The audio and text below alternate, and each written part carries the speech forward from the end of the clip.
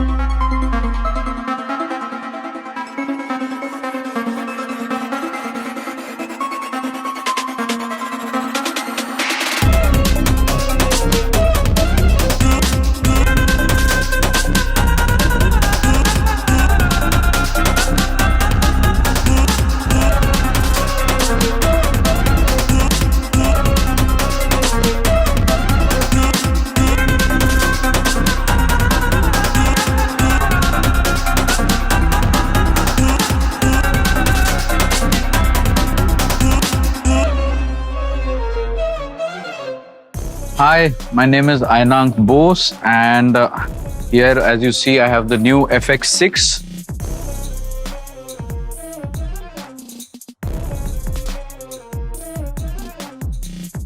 And if you've enjoyed the video, this is the time we speak about the camera.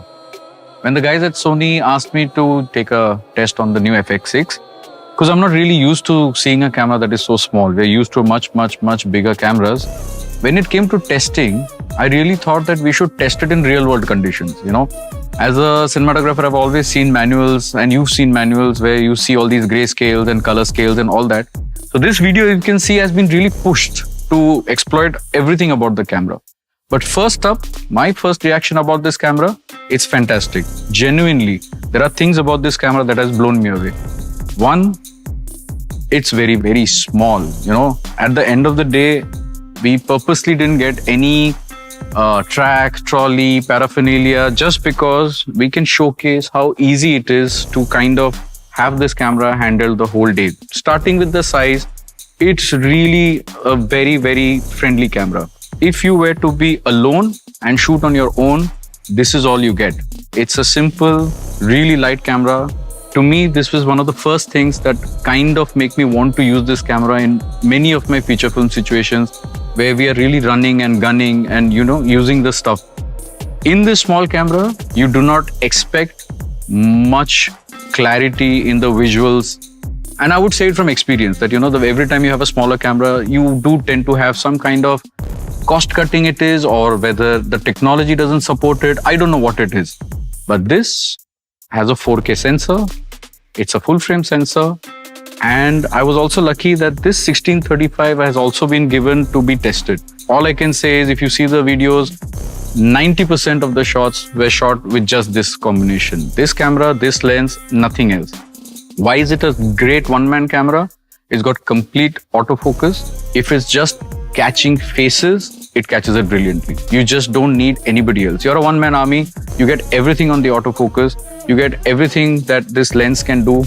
The other thing that's really nice, this camera that is new, is the S-Cinetone that has been introduced by Sony.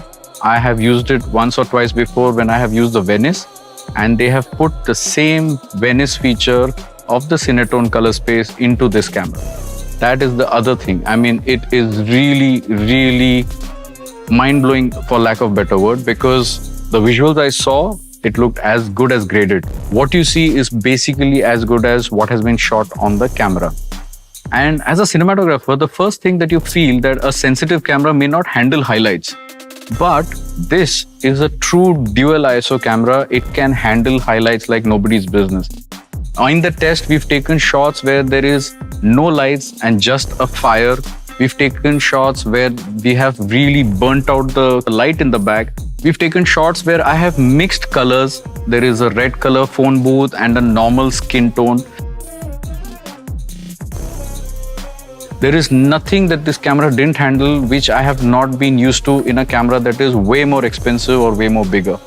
And that, I think, is going to be the key selling point at this point of time, where you have a camera that does everything that we are used to in our professional setup. There is something about this camera that I should speak about even though I'm not too tech savvy. And that is, this camera is having a dual CFexpress card. Now, the other thing that is also really good with this camera, unlike any other professional cameras that we use, is that at 4K, I was able to do 120 frames per second. And just to push the camera, on HD, we pushed it to 240. And it holds colors, it holds black so beautifully. So for all of you who are used to being a one-man army, I think this is like a big thing for you guys. So maybe that is something also for you guys to enjoy.